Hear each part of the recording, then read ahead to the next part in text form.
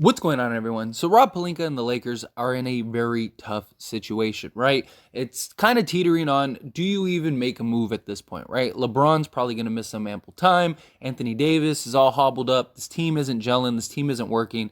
We're not very good at 2-10. Very likely could end up being 2-11, playing a Nets team that looks so much better and is just really kind of thriving right now. Just beat the Clippers, but they are coming off of a back-to-back. So maybe we can squeeze out a win, but based on what we've seen from this team, it's not very high.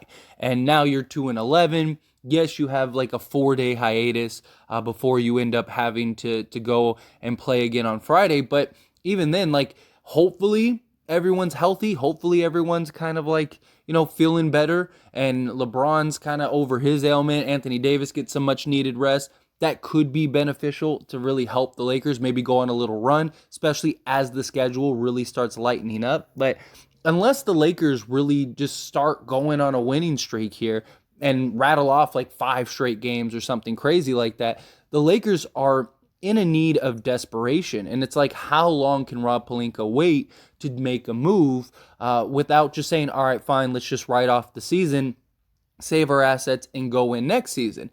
But even then, you're almost better off like making a move with Russell Westbrook, because there's not really any major free agents next offseason except for Kyrie Irving, but you could probably sign Kyrie Irving and still do a deal this year, right? So at that point, maybe look at a deal that helps you now and the future, right? Like something like the Spurs deal, right? I really think the Spurs deal is the answer in many ways, not just this year, because I don't necessarily think the Spurs deal will completely turn things around. I think it could. I think it has the potential. I think it gives us the best opportunity, even more so than Buddy Hield and Miles Turner, because you're getting several guys as well as another trade asset to go get another guy in a trade exception, right? The Lakers are looking at Josh Richardson, Doug McDermott. We know that the Lakers have reached out to the Spurs about a potential trade.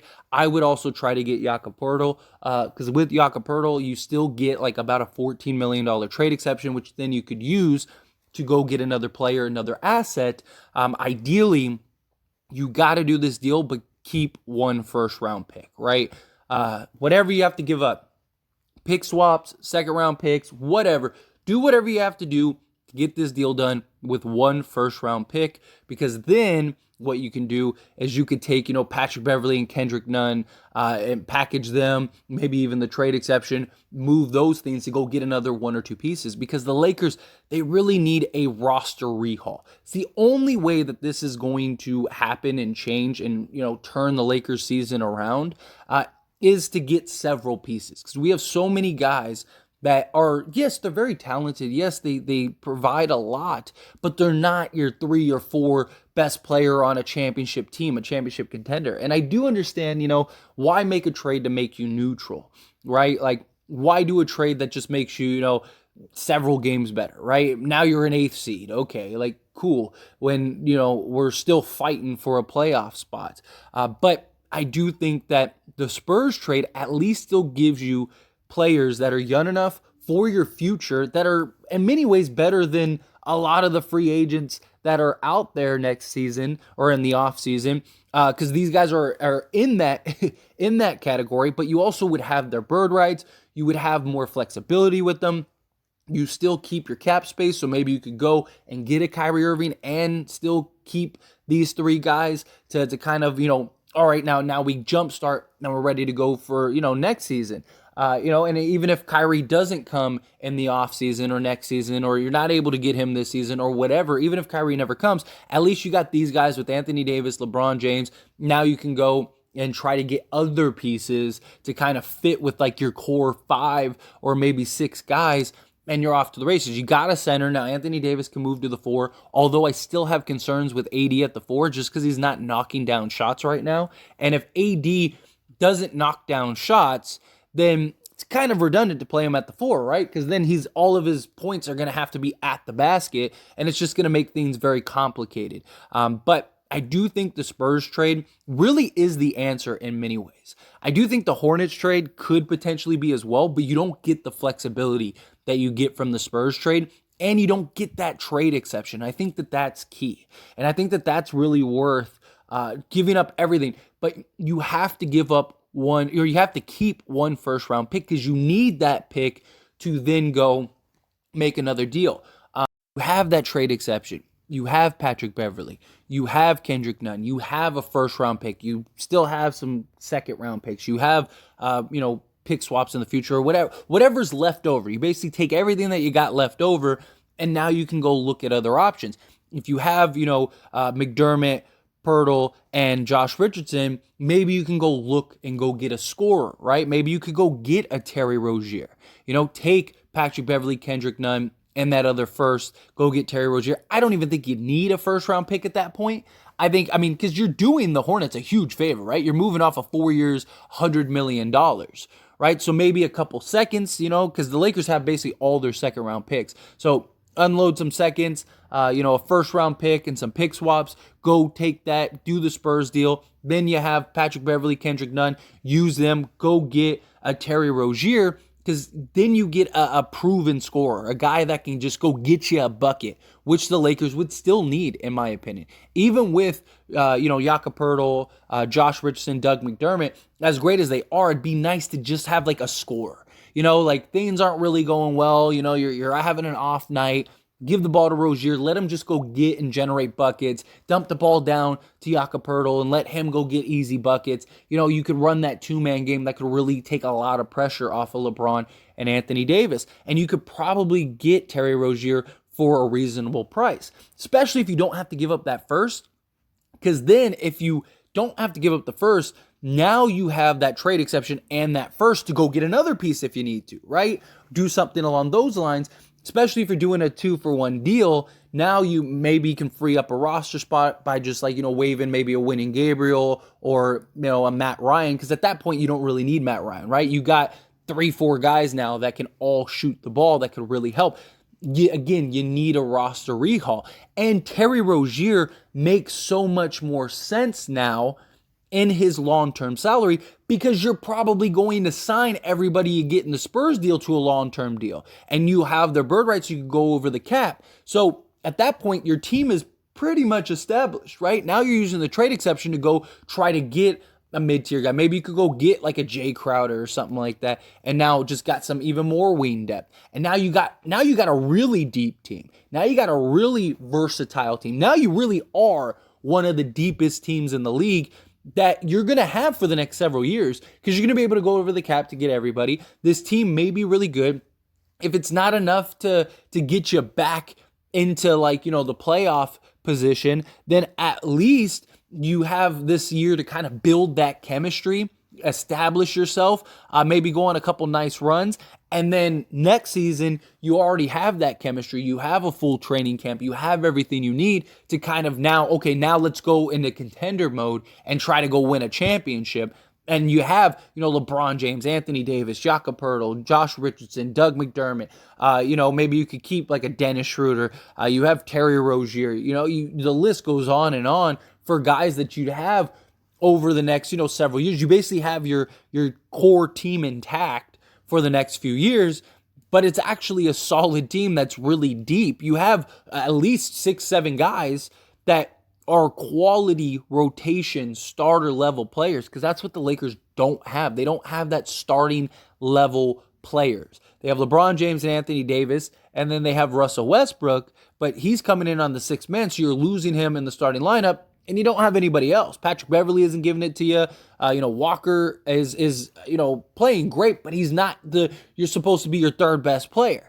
Reeves is not the starter yet. Maybe one day he develops into a guy. He has his moments. He has some great games. But overall, in general, he's not the answer. He's the guy that you want to be, your seventh, eighth guy off the bench, which would be solid. So if you could do the Spurs deal, maybe you could go look at, like I said, a Terry Rozier, or the other option is to kind of fix in the Lakers here would be, we know the Lakers inquired about Josh Richardson and Doug McDermott, right?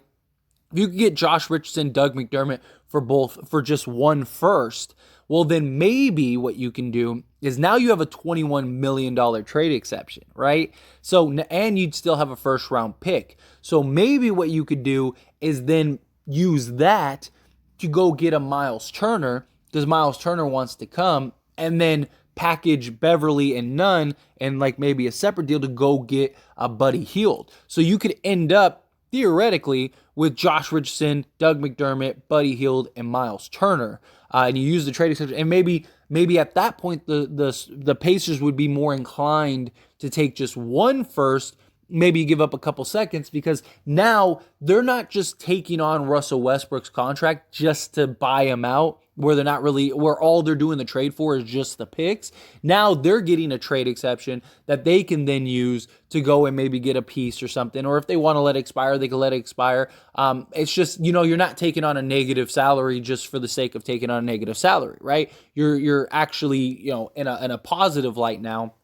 You could take on Kendrick Nunn, Patrick Beverly. Those are two guys that are expiring, so you keep your books clean, and you're unloading, Buddy Hield's contract for a year, things like that. Again, the Spurs, in my opinion, are the key to get a complete roster rehaul, right? Because you can't do it any other way. You can't do it with the Pacers deal. You can't do it with the Hornets deal. You can't do it with any other deal, but you can do it with the Spurs deal. If you can get the Spurs deal done for Josh Richardson, Doug McDermott, or Josh Richardson and Jakob Poeltl, not just that, but you could even keep Russ, right, and go trade Patrick Beverly, Kendrick Nunn for Jakob Poeltl and Josh Richardson. The money works. So you can even look at it that way, right, and go, okay, well, we'll give you one first and that, and then you have Russell Westbrook's salary. Maybe you go look at the Hornets deal.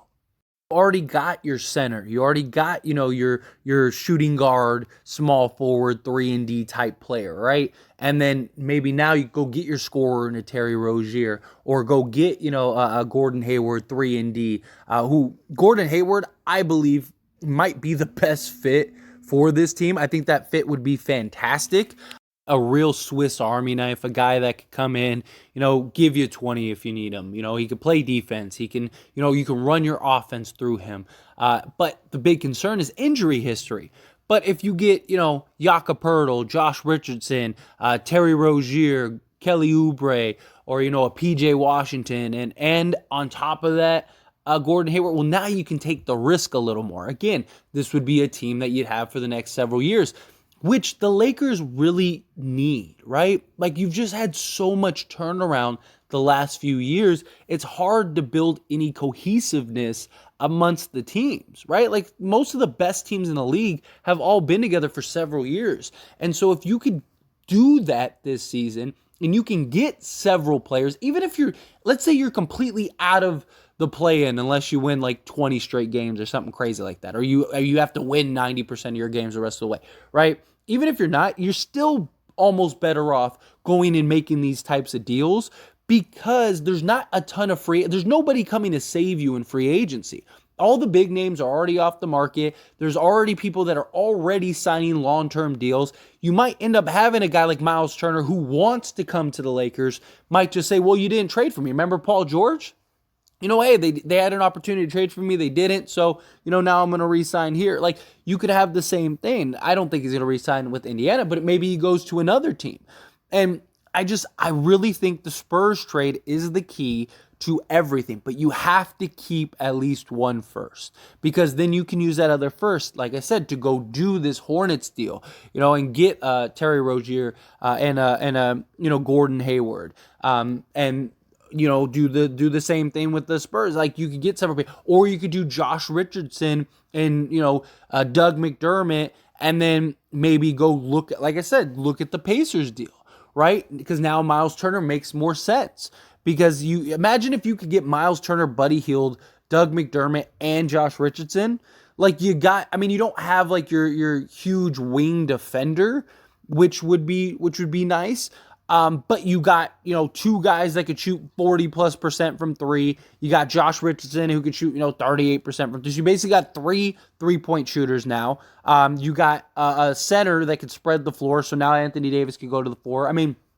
It just opens the door so much for the Lakers. Imagine a starting five of like LeBron, Hield, Richardson, Davis, and Turner. Like, now you have one of the better starting fives in the league, if not arguably the best starting five in the league. And you're off to the races. And even if you're not in a position to get back into the playoffs, right?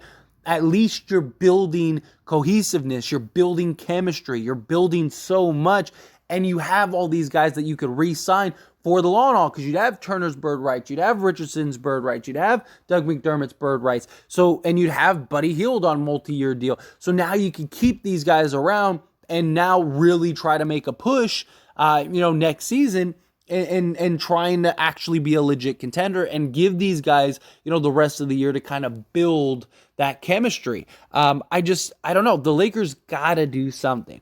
And I think the Spurs deal is the something that they could do to really turn things around, other than like Kyrie Irving, right? But we can't bank on Kyrie Irving.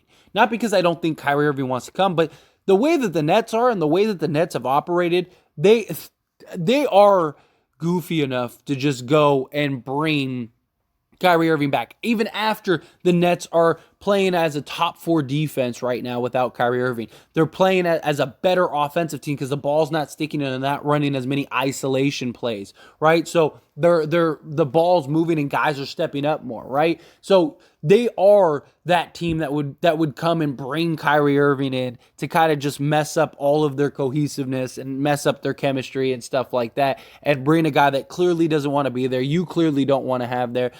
But if they were to buy him out, I think Kyrie Irving solves everything, and not by himself, right? Kyrie Irving coming to the Lakers by himself, I don't think solves everything.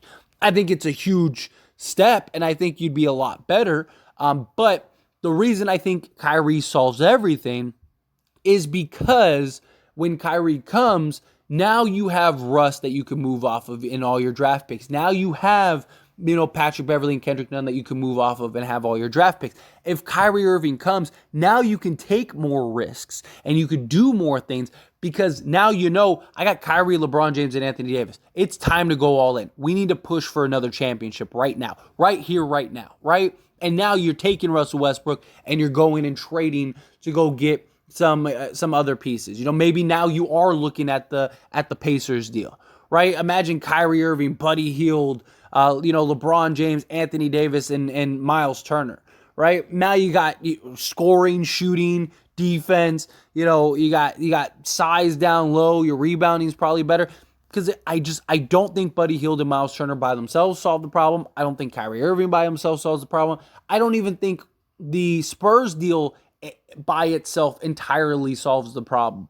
But if you can put multiple people, if you can get 3, 4, 5 guys to come in, now I think you can start solving the problem, right? I really do. I really think that we need about, 3 to 4 guys minimum. If we can get 3 to 4 guys minimum, now guys like Walker, they can move to a more natural position. Reeves can move to a more natural position. Troy Brown move to a more natural position.